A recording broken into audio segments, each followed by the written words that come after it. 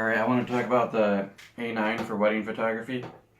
Right here with the 70 to 200 that I used just this last week. I've used it for several weddings now.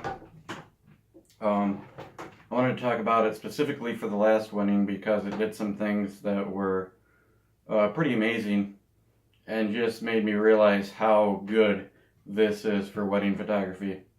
Alright, so let's start off with how hot it was outside. I had my XT2 and the A9 here, and the XT2 was getting really hot, and I used it a lot less, and this was just warm, and that's it. That's all it ever got. Everybody was dying out there, like it was bad. Just to give you an idea of how hot it was, people were cheering when there was cloud cover. When the cloud passed and gave us a break, everybody was cheering. That's how hot it was.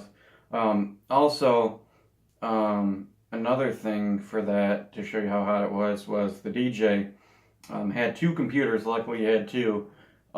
He had one that was, the one he was using was hooked up, and it had a cooling fan underneath it, and even had an umbrella on top, or an umbrella to, cover from the sun beating down on it, and that thing overheated. But my A9 didn't, and it was shooting in the sun all day. I got burnt. The Sony A9 just kept rolling, didn't care. And like I said, my XT2 got hot, this thing got warm, and that's it. And the warmth was because of how hot it was outside, not because of it actually like being overused or anything like that. So that was the first thing I wanted to cover because it survived my real world test, and it wasn't a test. I was using this for pro work, a wedding that I was relying on it to do its job, and it did fantastic. The other thing I wanted to talk about was the eye autofocus. With the bride and the groom coming down the aisle, it was stupidly good. I was able to actually, I used this AF on button to trigger it for the autofocus. I was actually able to go from the bride being on her eyes to then just moving my lens slightly over to the groom and getting his eyes in focus in like a matter of like a second. It was so quick. It was actually amazed me how good this is. To be something that is that accurate and that fast and that good and silent, which is the other thing I want to get to about this.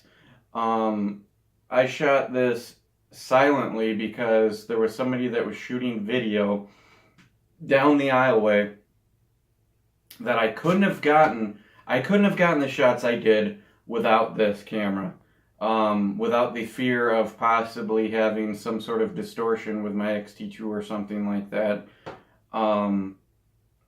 because had I been shooting with a DSLR or even the regular mechanical shutter, the noise may have been picked up on the person that was recording video, in which case I wouldn't have been able to shoot by him. I would have had to adjust to where he was at and gone to different angles. Instead, I was able to shoot right by that video camera and without worry, without anything, to get the angles I wanted to nail the kind of composition I wanted. And I couldn't have done that with a DSLR. I couldn't have done that with a mechanical shutter. I used the electronic shutter. People don't realize, like, there's a reason why this thing is what it is and why it costs what it costs. And the electronic shutter is, as advertised, it is amazing. I've used it indoors. I've used it with different lighting. I've had no problems with anything with that. It's been absolutely incredible. And then the last thing I want to talk about is the dynamic range with it, because there was one shot or couple, like one or two, that I shot underexposed because I was actually set for it for outside, but there was was at a farm, and there's this, you might, well, you won't see it if I show you it, but I'm going to try to show you the dynamic range on it later. But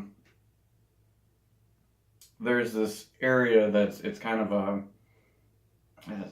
don't know what it's called, but it's a thing that's like this, and it's kind of open on both ends, but they can close doors. But the reason why I was actually set up for my settings for outside. So anyway, when I took the shot, it was dark, and it was pretty severely underexposed. I was able to bring it up like 3.5 stops in Lightroom, no problem, no issues whatsoever. It looked like I shot it at ISO 100. It's amazing what this camera has done and what it can do and what it'll do for you if you have it. The usability of it is actually, I think it surpasses my X-T2 because my X-T2 with the dials on that, since they do click, once in a while I'll click it accidentally and I'll like put it into auto ISO something or something else will happen. Whereas with this, it's all, you know, solid. There's no clicking buttons here that will possibly change setting. So, in my opinion, this has actually become a more usable camera for me. And with the eye autofocus, nothing even touches it. Like, could I have gotten the same shots with the X-T2? It's actually hard to say. Because would I have nailed the eyes like I did with this camera? I don't think so.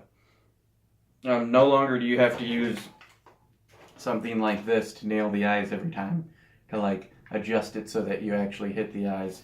You don't have to adjust it. You just press the button that I have set for the eye autofocus. Let it rock. Put it on low, high, or medium. I used low because I didn't want to shoot a bajillion shots. I'm kind of a shooter that likes to plan his shots and not waste a bunch of shots. So I don't do that. But yeah, again, this thing just stupidly good for weddings. And the image quality is just, it's spectacular. I can't say anything else. It's on a whole nother level compared to anything I've used. Obviously, it's full frame, so you're expecting full frame image quality, and it delivers that. And the high ISO performance is fantastic. But with the lenses I use, I rarely have to go that high even. But it's amazing. So I just want to tell you guys, I'm going to try to show you guys a dynamic range test in there, and then show you what I was talking about with the bride and groom coming down the aisle and me just nailing the shots left and right. I was no issues whatsoever. It turned something that I was kind of like afraid to shoot at one point with my X-T1 when I first shot weddings with that, to being child's play with this camera. It's not even something you have to worry about ever anymore. It's just that good. So anyway, take care, guys. Hope this was helpful on, you know, any concerns or worries, or like how good this camera can perform in a professional environment with heat, with things like that. It's amazing. All right, have a good one.